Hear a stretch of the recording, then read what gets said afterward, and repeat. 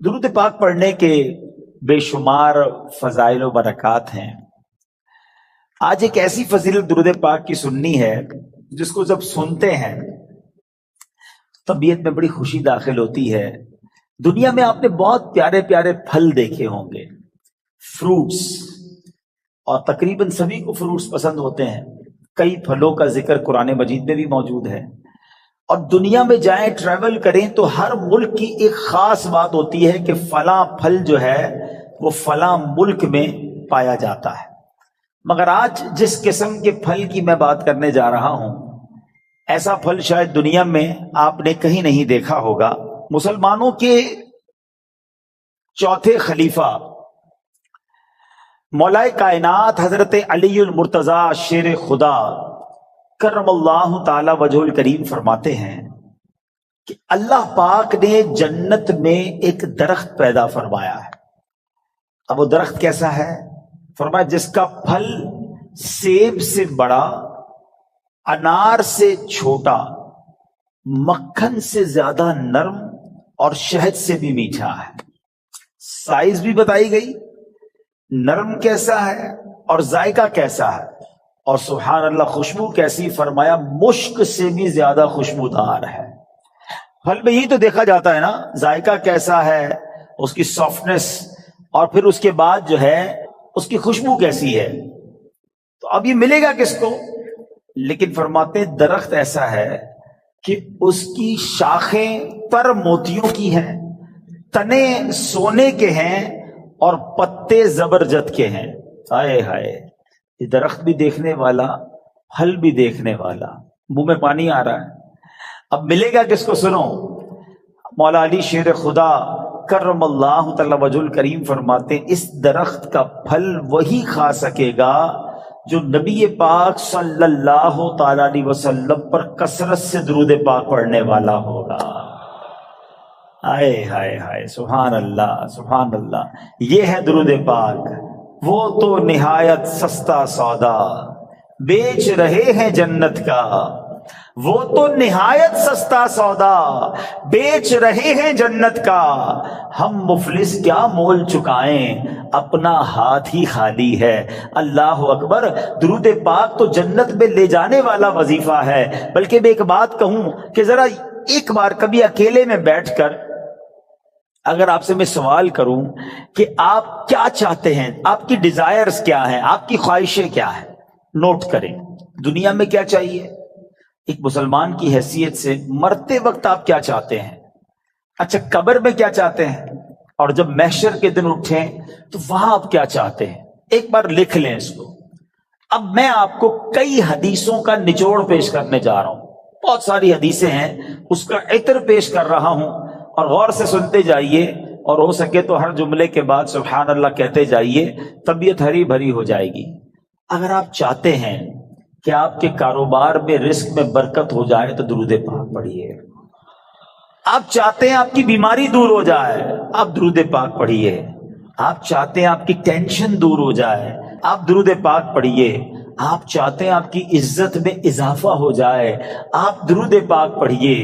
اور سنیں، آپ چاہتے ہیں مرتے وقت کلمہ نصیب ہو اور نبی پاک کا دیدار ہو جائے، آپ درود پاک پڑھیے۔ آپ چاہتے قبر میں نبی پاک کا جلوہ نصیب ہو جائے، آپ درود پاک پڑھیے۔ سنیے، محشر کے دن نبی پاک کے پرچم تلے اٹھنا چاہتے ہیں تو درود پاک پڑھیے۔ آقا کے پیچھے پیچھے جنت میں جانا چاہتے ہیں تو درود پاک پڑھیے۔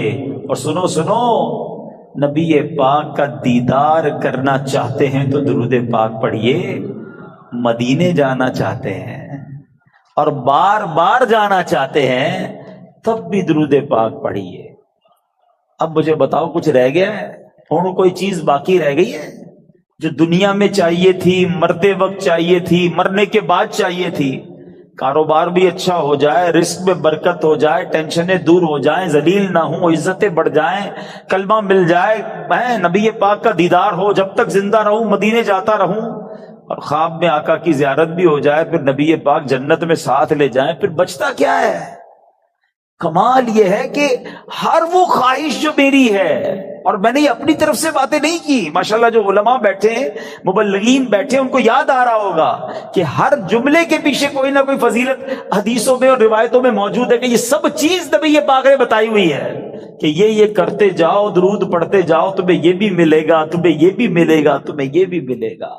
جبھی تو شاعر نے کہا نا، ہر درد کی دوا ہے صلی علی محمد، whatever calamity you have, whatever problem, کوئی مسئلہ ہے نا، بتا تو رہا ہوں کہ ہر درد کی دوا ہے صلی علی محمد، تعویذ ہر بلا ہے صلی علی محمد صلی اللہ علیہ وسلم۔ یعنی ہوا یہ، اس کا نچوڑ یہ، نتیجہ یہ نکلا کہ اگر ہم درود پاک پڑھنے والے بن جائیں اور کثرت سے پڑھنے والے بن جائیں تو پھر مشکل نہیں رہنی ہے انشاءاللہ۔ تو آئیے میں بھی نیت کروں اور آپ بھی نیت کریں۔ بعض اوقات آپ دکان پہ بیٹھے ہوتے ہیں، کاروبار پہ بیٹھے ہوتے ہیں، کوئی کام نہیں ہوتا۔ ہمارا پرابلم ہم یہ ہو گیا ہے، جب کوئی کام نہیں ہے تو ہمارے ہاتھ میں موبائل آ جاتا ہے، اور وہ موبائل اتنا بیزی کر دیتا ہے کہ پتہ ہی نہیں چلتا کہ آدھا گھنٹہ نکل گیا، گھنٹہ نکل گیا، 2 گھنٹے نکل گئے۔ اللہ کرے یہ مائنڈ سیٹ بن جائے کہ یہ وقت بہت قیمتی ہے، اگر فارغ بیٹھا ہوں دکان پہ تو میری تسبیح بار آنی چاہیے، موبائل کی جگہ تسبیح بار آنی چاہیے، کہ چلو یار 313 بار درود پاک پڑھ لیتا ہوں، 100 بار کلمہ پاک پڑھ لیتا ہوں۔ اچھا موبائل اٹھانا ہی ہے تو یار کوئی کام نہیں تو 10 منٹ میں 12 منٹ میں سورہ یاسین نہ پڑھ، 1 سورہ یاسین پڑھوں گا 10 قرآن کا ثواب مل جائے گا۔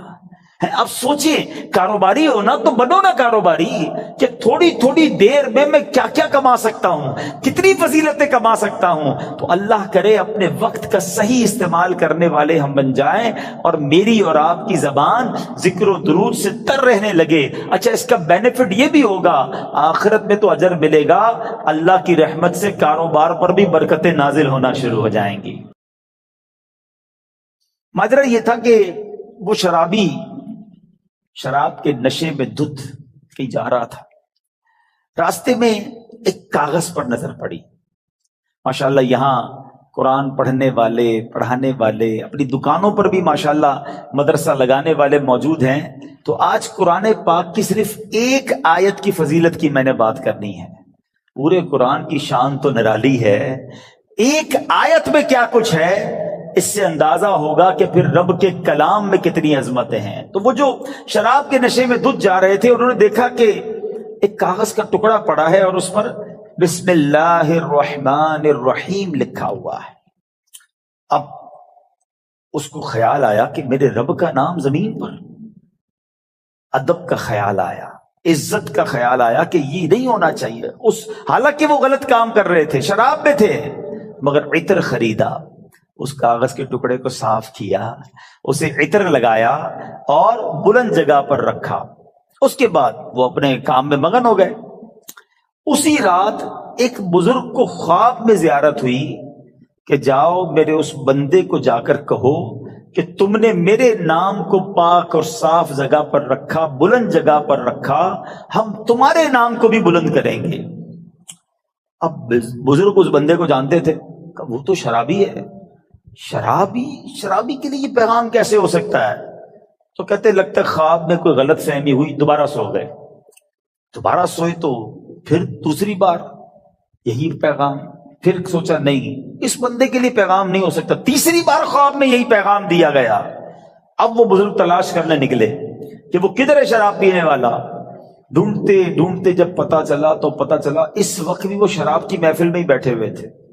آواز دی کہ باہر آئیے، وہ تو شراب کے نشے میں مست، تو کسی کو بھیجا کہ جاؤ کہو تمہارے لیے پیغام آیا ہے۔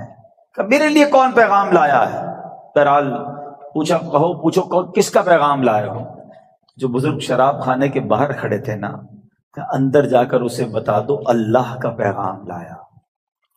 اب جب یہ سننا تھا تو جھرجھری سی آ گئی، کھڑے ہوئے باہر آئے، اور جب یہ بات بزرگ نے بتائی کہ مجھے تو نہیں پتا تم نے کیا کیا ہے، 3 بار خواب میں مجھے یہ کہا گیا ہے کہ تمہیں بتا دوں، تم نے رب کے نام کو جو تعظیم کی ہے، بسم اللہ الرحمن الرحیم کو معطر کیا، اسے بلند جگہ پر رکھا ہے، مجھے یہ پیغام ملا ہے کہ تمہیں بھی تمہارے نام کو بلندی دی جائے گی، تمہیں عزت اور مرتبہ دیا جائے گا۔